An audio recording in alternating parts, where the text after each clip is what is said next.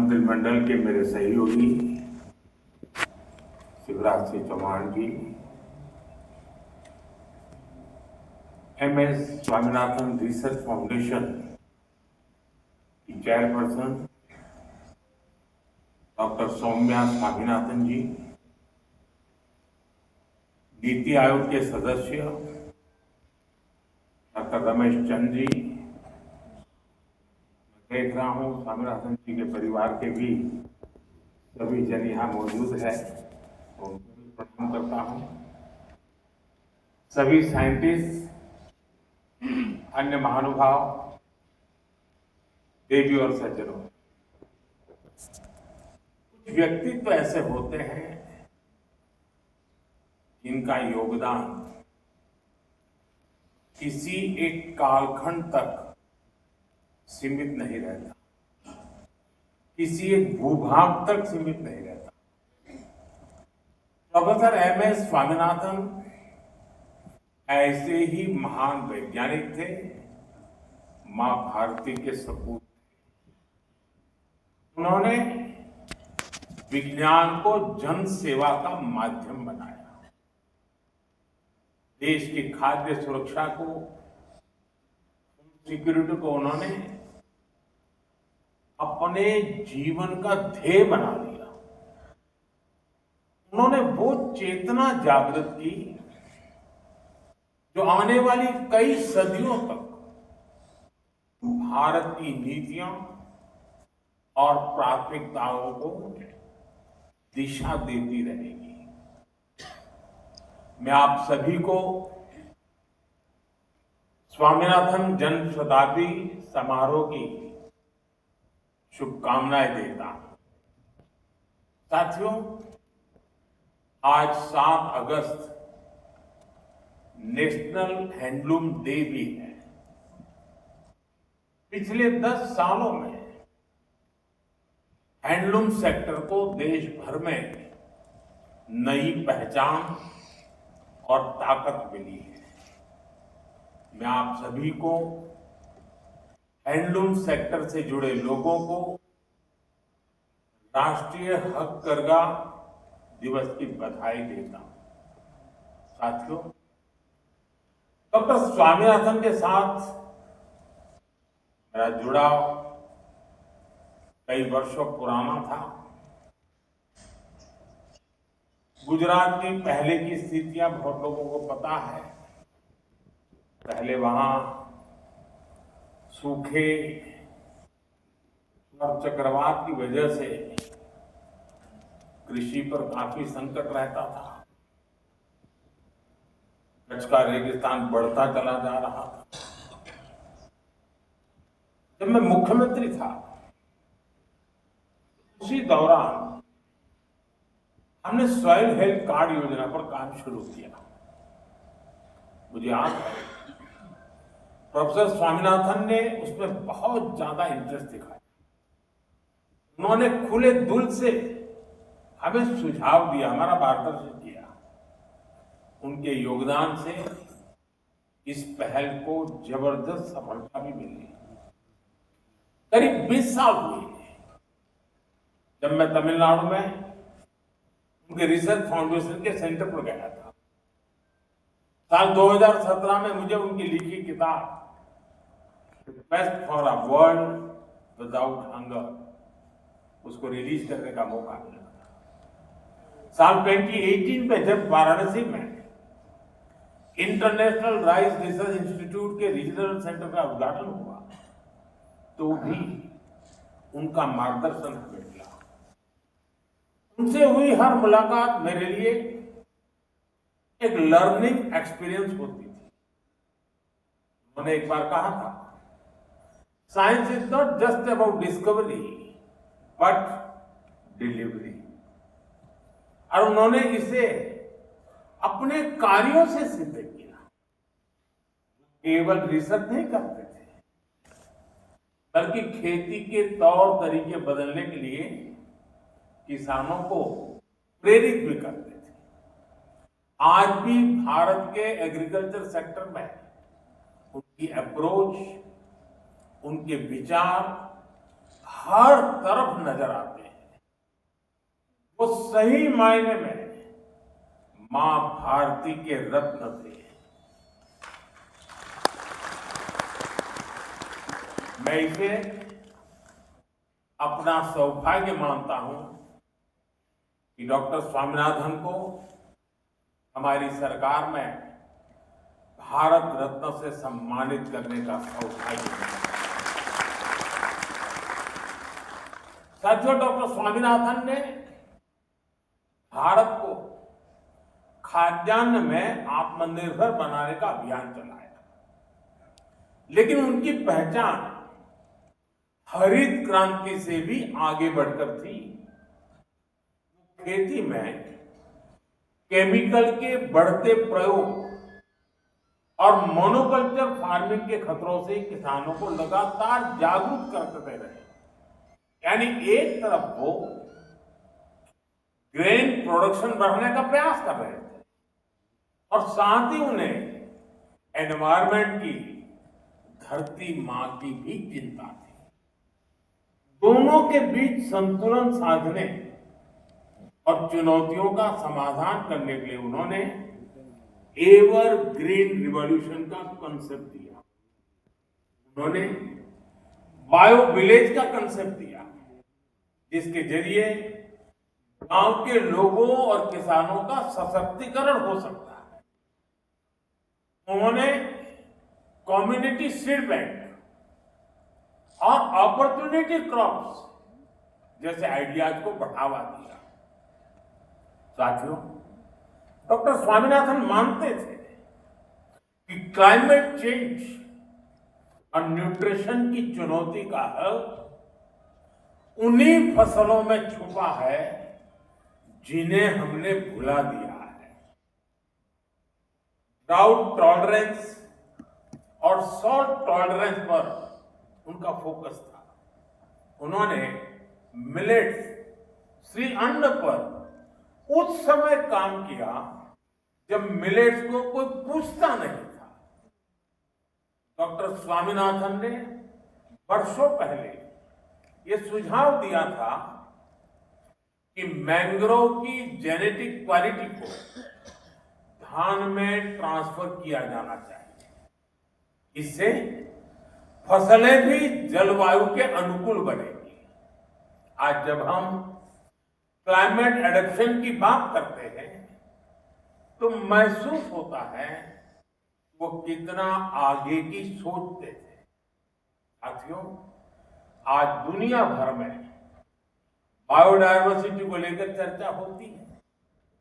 इसे सुरक्षित रखने के लिए सरकारें अनेक कदम उठा रही हैं, लेकिन डॉक्टर स्वामीनाथन ने एक कदम आगे बढ़ते हुए बायो हैप्पीनेस का आइडिया दिया।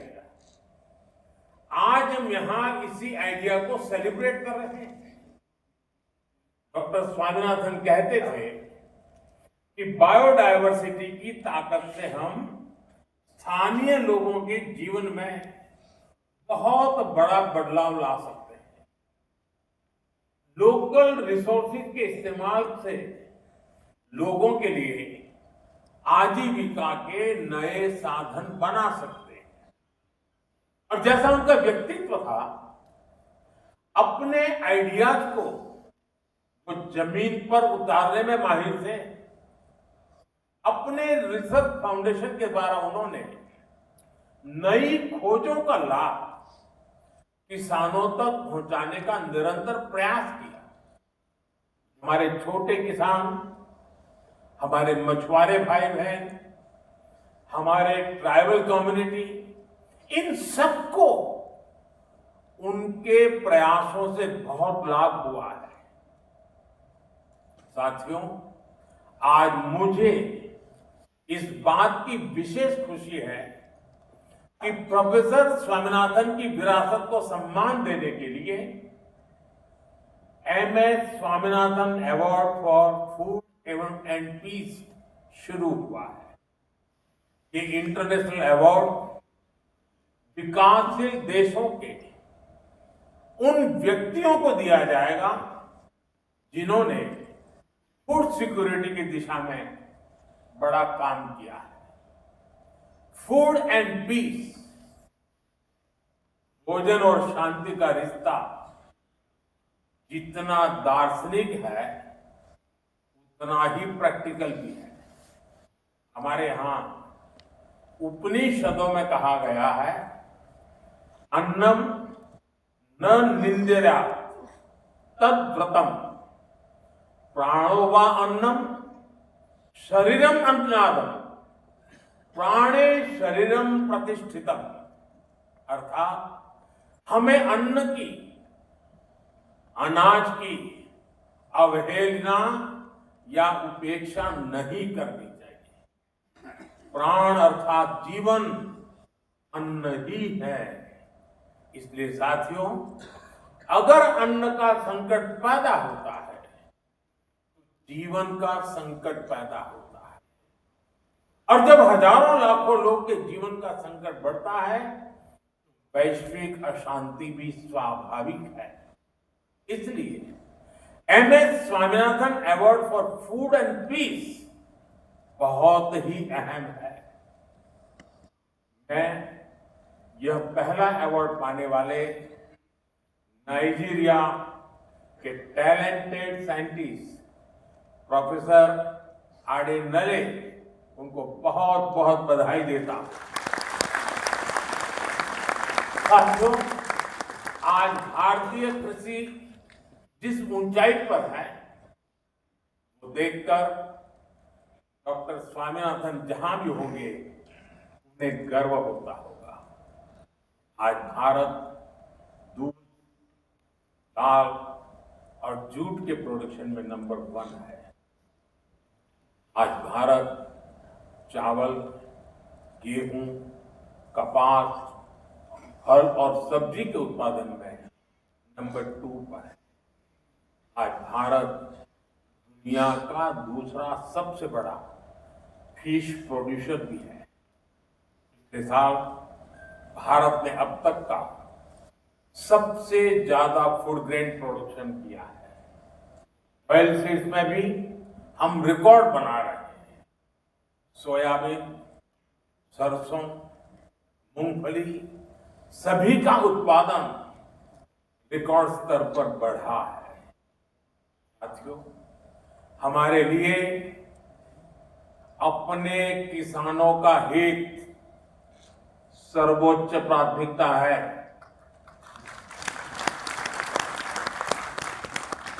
भारत अपने किसानों के, पशुपालकों के और मछुआरे भाई बहनों के हितों के साथ कभी भी समझौता नहीं करेगा।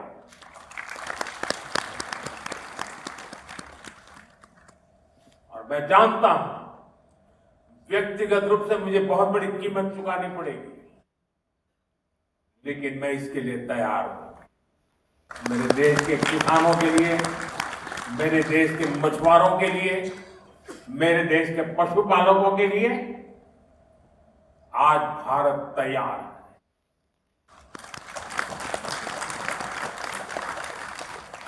किसानों की आय बढ़ाना, खेती पर खर्च कम करना, आय के नए स्रोत बनाना, इन लक्ष्यों पर हम लगातार काम कर रहे हैं। साथियों, हमारी सरकार ने किसानों की ताकत को देश की प्रगति का आधार माना है। इसलिए बीते वर्षों में जो नीतियां बनी उनमें सिर्फ मदद नहीं की, किसानों में भरोसा बढ़ाने का प्रयास भी था।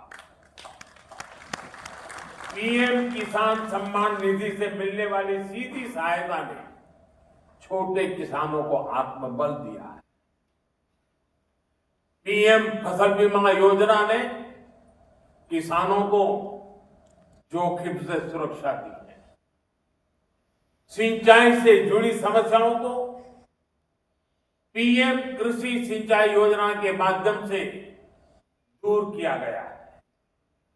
10,000 एफपीओ के निर्माण ने छोटे किसानों की संगठित शक्ति बढ़ाई है। कोऑपरेटिव्स और सेल्फ हेल्प ग्रुप्स को आर्थिक मदद ने ग्रामीण अर्थव्यवस्था को नई गति दी है। ई नाम की वजह से किसानों को अपनी उपज बेचने की आसानी हुई है। पीएम किसान संपदा योजना ने नई फूड प्रोसेसिंग यूनिट्स भंडारण के अभियान को भी गति दी। हाल ही में पीएम धन धान्य योजना को भी मंजूरी दी गई है। इसके तहत उन 100 डिस्ट्रिक्ट को चुना गया है जहां खेती पिछड़ी रही। यहां सुविधाएं पहुंचाकर किसानों को आर्थिक मदद देकर खेती में नया भरोसा पैदा किया जा रहा है। साथियों, 21वीं सदी का भारत विकसित होने के लिए पूरी जी जान से जुटा है और ये लक्ष्य हर वर्ग, हर प्रोफेशन के योगदान से ही हासिल होगा। डॉक्टर स्वामीनाथन से प्रेरणा लेते हुए अब देश के वैज्ञानिकों के पास एक बार फिर इतिहास रचने का मौका है। पिछली पीढ़ी के वैज्ञानिकों ने फूड सिक्योरिटी सुनिश्चित की। अब न्यूट्रिशनल सिक्योरिटी पर फोकस करने की आवश्यकता है। हमें बायो फोर्टिफाइड और न्यूट्रिशन से भरपूर फसलों को व्यापक स्तर पर बढ़ाना होगा ताकि लोगों का स्वास्थ्य बेहतर हो, केमिकल का उपयोग कम हो, नेचुरल फार्मिंग को बढ़ावा मिले। इसके लिए हमें अधिक तत्परता दिखानी होगी। साथियों, क्लाइमेट चेंज से जुड़ी चुनौतियों से आप भली भांति परिचित हैं। हमें क्लाइमेट रेजिलिएंट क्रॉप्स की ज्यादा से ज्यादा वैरायटीज को विकसित करना होगा। ड्राउट टॉलरेंट, हीट रेजिस्टेंट और फ्लड एडेप्टिव फसलों पर फोकस करना होगा। फसल चक्र कैसे बदला जाए, किस मिट्टी के लिए क्या उपयुक्त है, उस पर अधिक रिसर्च होनी चाहिए। इसके साथ ही हमें सस्ते सॉइल टेस्टिंग टूल्स और न्यूट्रिएंट मैनेजमेंट के तरीके से उसको भी विकसित करने की आवश्यकता है। साथियों, हमें सोलर पावर्ड माइक्रो इरिगेशन की दिशा में और ज्यादा काम करने की आवश्यकता है। ड्रिप सिस्टम और प्रिसिशन इरिगेशन को हमें ज्यादा व्यापक और असरदार बनाना होगा। क्या हम सैटेलाइट डेटा, एआई और मशीन लर्निंग को जोड़ सकते हैं?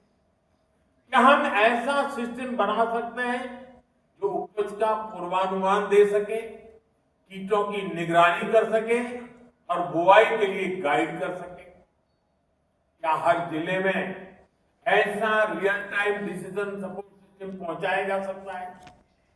आप सभी एग्रीटेक स्टार्टअप्स को भी निरंतर गाइड करते रहिए। आज बड़ी संख्या में इनोवेटिव युवा खेती की समस्याओं का समाधान निकालने में जुटे हैं। अगर आप जो अनुभवी लोग हैं, आप अगर लोग उन्हें गाइड करेंगे तो उनके बनाए प्रोडक्ट ज्यादा प्रभावशाली होंगे और यूजर फ्रेंडली होंगे। साथियों, हमारे किसान और हमारे किसान समुदायों के पास पारंपरिक ज्ञान का खजाना है। ट्रेडिशनल इंडियन एग्रीकल्चरल प्रैक्टिसेस और मॉडर्न साइंस को जोड़कर एक होलिस्टिक नॉलेज बेस तैयार किया जा सकता है। क्रॉप डाइवर्सिफिकेशन भी आज एक नेशनल प्रायोरिटी है। हमें अपने किसानों को बताना होगा कि इसका क्या महत्व है। हमें समझाना होगा कि इससे क्या फायदे होंगे। साथ ही ये भी बताना होगा कि ऐसा न करने पर क्या नुकसान हो, और इसके लिए आप बहुत बेहतर तरीके से काम कर सकते हैं। साथियों, पिछले साल जब मैं 11 अगस्त को यहां पूसा कैंपस में आया था तो कहा था कि एग्रीकल्चर टेक्नोलॉजी को लैब से लैंड तक पहुंचाने के लिए प्रयास बढ़ाए। मुझे खुशी है कि मई जून के महीने में विकसित कृषि संकल्प अभियान चलाया गया। पहली बार देश के 700 से ज्यादा जिलों में वैज्ञानिकों की करीब 2200 टीमों ने भाग लिया। 60,000 से ज्यादा कार्यक्रम किए। इतना ही नहीं, करीब करीब 1.25 करोड़ जागृत किसानों के साथ सीधा संवाद किया। हमारे वैज्ञानिकों का ज्यादा से ज्यादा किसानों तक पहुंचने का ये प्रयास बहुत ही सराहनीय है। साथियों, डॉक्टर एम.एस. स्वामीनाथन ने हमें सिखाया था कि खेती सिर्फ फसल की नहीं होती, खेती लोगों की जिंदगी होती है। खेत से जुड़े हर इंसान की गरिमा, हर समुदाय की खुशहाली और प्रकृति की सुरक्षा, यही हमारी सरकार की कृषि नीति की ताकत है।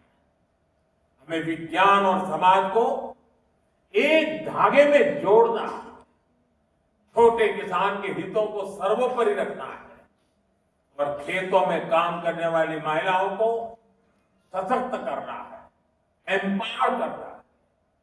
हम इसी लक्ष्य के साथ आगे बढ़े।